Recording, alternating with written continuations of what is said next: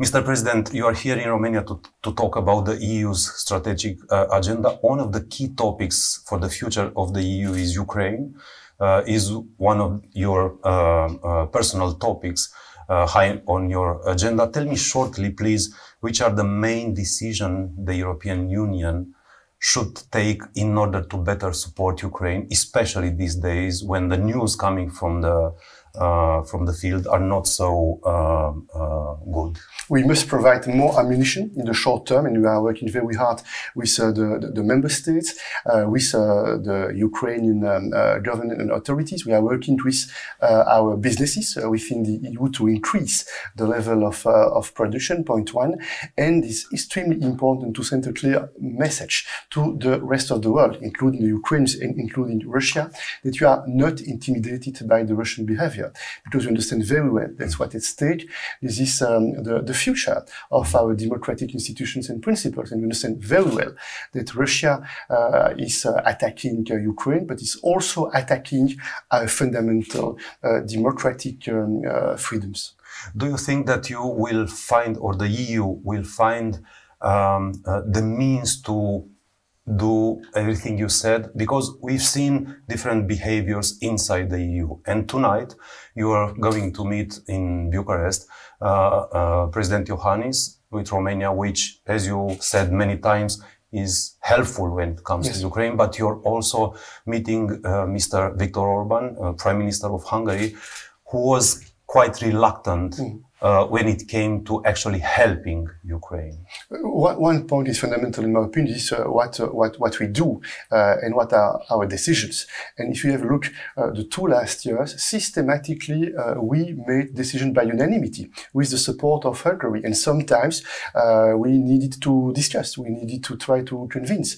But look, in December last year, we have decided with the support of 27 member states to open the negotiations with Ukraine in the field of enlargement. This was fundamental for Ukraine, point one. And a few weeks later, in January, we made this decision to provide an extra package of 50 billion euros for Ukraine. It means that we need to take into account all the sensitivities. We must be united, and this is my task as President of the European Council, to make sure that we are united, because when we are united, we are more powerful and we are stronger. Another key topic on your agenda is represented by the EU green policies and the energy transition. We also, in the last month, big protests basically all over Europe, protests of the farmers against some green policies. Do you think the EU should slow down the pace of these green policies, of some green policies, and better adapt to the social and economic realities? First point, climate change remains a fundamental challenge, and we need to be ambitious. This is very clear. But on the other hand, it is very important to be realistic, to be rational, not to be too ideological in that field. That's why the implementation, it requires that we have a look in good faith, with common sense, what we can do to reach the targets on the one hand, but on the other hand, to take into account the realities on the ground. And the farmers, for instance, across the EU, they play a very important role to guarantee our food security, and they must be recognized for their efforts. They deserve fair revenues. They deserve that we have a look how we can reduce the red tape. They are very often victims of too much red tape, and that's why the European Council is involved, and we have decided to task the European Commission, so that the European Commission, together with the member states, they make clear proposals to improve the situation of the farmers all across the EU. It's not only the farmers that are concerned about the pace of the change, also the industry, also the people looking at the huge changes in the energy sector. But if we look into the history, we see that any time we have a revolution in energy, the old fuels are still there for quite along. It happened with the wood, with the, and so on and so forth. How do you see this energy transition? No, you are absolutely right. And we have seen with the war launched by Russia against Ukraine that the energy sector is also a matter of security for the future of the EU. Point one. And point two, we need to take into account the starting points across the EU. The different member states, they do not have exactly the same starting points. They have different situations in terms of dependencies in the field of energy. Point one. And once again, we need to be realistic. We need to avoid the temptation of being ideological. And we know that the energy mix, this is the national responsibility of the member states, but you understand that we need more coordination, more cooperation, so that we overcome this energy change. It's also fundamental for the industry, for the businesses, for the economic base. Why? Because as we speak, despite the efforts that we have made in the recent months, we have still energy prices much higher in comparison with our competitors in the rest of the world, especially in China and including with our friends in the United States. And that's why this is a top priority. And this strategic agenda is also the responsibility of the 27 leaders to decide on the main orientations, including in the field of the economic base of the EU and in the field of the energy, which is a very important pillar for our economic future. We are having this discussion in the middle of a electoral campaign. The EU is preparing for elections. Tell me, do you personally see yourself in another top job after these elections? Which is your political agenda? No, I have one political agenda. This is very clear. This is to do everything for making sure that the European Council is the guardian of the unity of the European Union. And it means that in the weeks to come, in the months to come, we have a lot of hot topics on the agenda, and we need to make decisions. And if I have a look at the last 2 or 3 years, we have demonstrated our ability to make decisions in difficult circumstances. And I think that we took many players across the world by surprise, including Vladimir Putin. I'm certain that he had not expected that the EU would react with this level of ambition and with this level of determination. And solidarity. Solidarity is a main topic because this is the basis of the EU, and we have demonstrated that even if sometimes we have different opinions, different sensitivities on complex topics or challenges, we understand that when we are together, we are stronger, we are more resilient and more influential. Speaking about the elections and top jobs, what about the President Klaus Iohannis? You're going to meet him tonight. Do you think he has any chance for a top job in the EU, maybe at the European Commission or at the European Council to be your follower, let's say? Yeah, I know Klaus Iohannis for years. He has a lot of experience. He's very sincere and committed at the European level.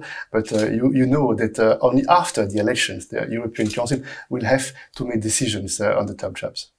And you will be the broker, basically. I will do my best to help my colleagues to make decisions by unanimity, including for this institutional future of the EU. I have to insist with one more question about President Iohannis, because he's also seeking, and he stated publicly, the position of NATO Secretary General. In the same time, we saw that the United States, the United Kingdom, Germany, the Baltic states, France announced that they were supporting Mr. Rutte. Do you honestly think that Mr. Iohannis has any chance at all for this NATO position? Look, you understand that I do not intend to speak on behalf of NATO. I am President of the European Council, and I don't want to interfere in the decision-making process at the NATO level.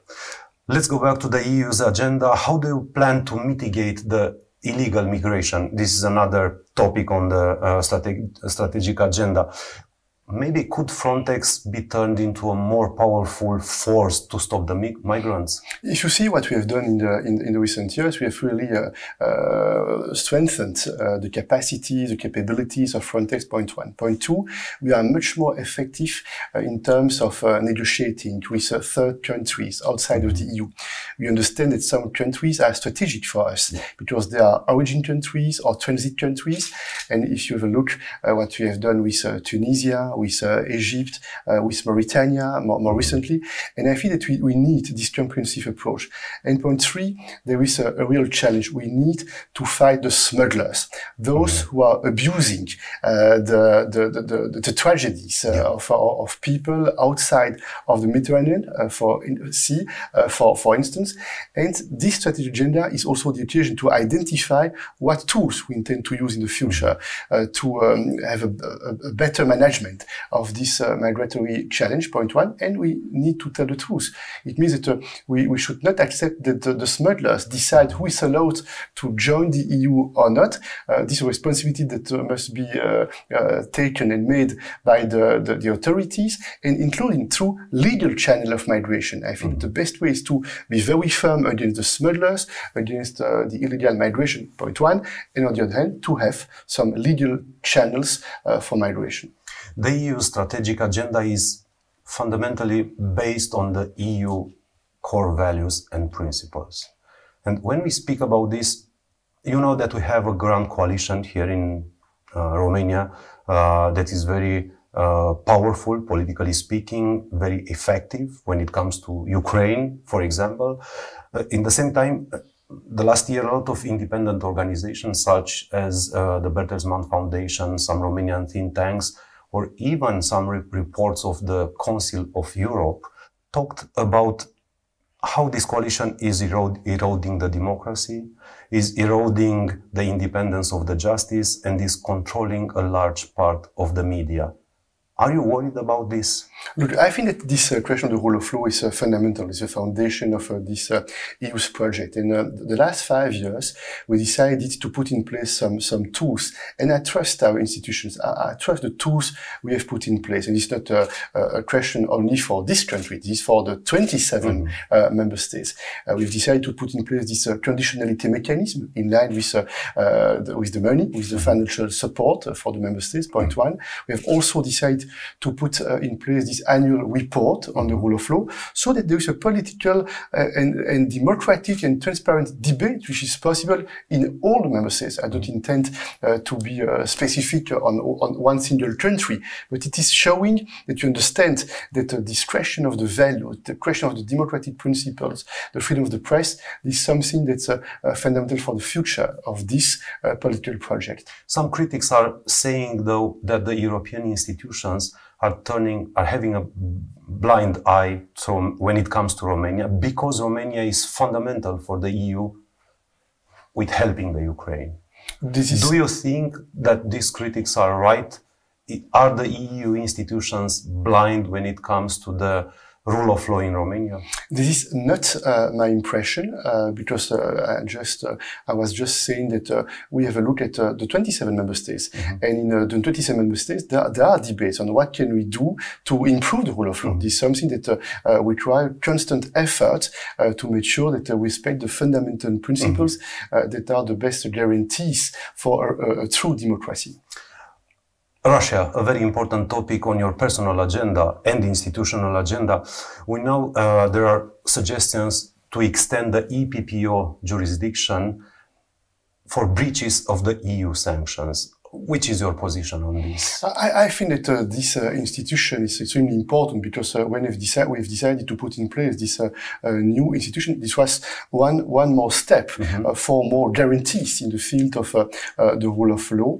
There will be a debate with the member state. The member state will have to make decisions in that field, but everything that goes in direction of more support for the rule of law, I'm in favor. Because you personally supported a lot the establishment of these heavy sanctions on the Russian side, and I think it's important to see them respected by everybody. And we have put in place this regime of sanctions against Russia, and it's very important to make sure that this is respected. And that's why all possible tools, through this one, the general prosecutor, for instance, or by acting to try to avoid the circumvention of sanctions, this is what we must do. This is what we are doing, and it's very important so that we try to reduce the possibilities for Russia to fuel this war against Ukraine. And my last question, Mr. President, is about an investigation led by the EPPO on the so-called Pfizer Gate.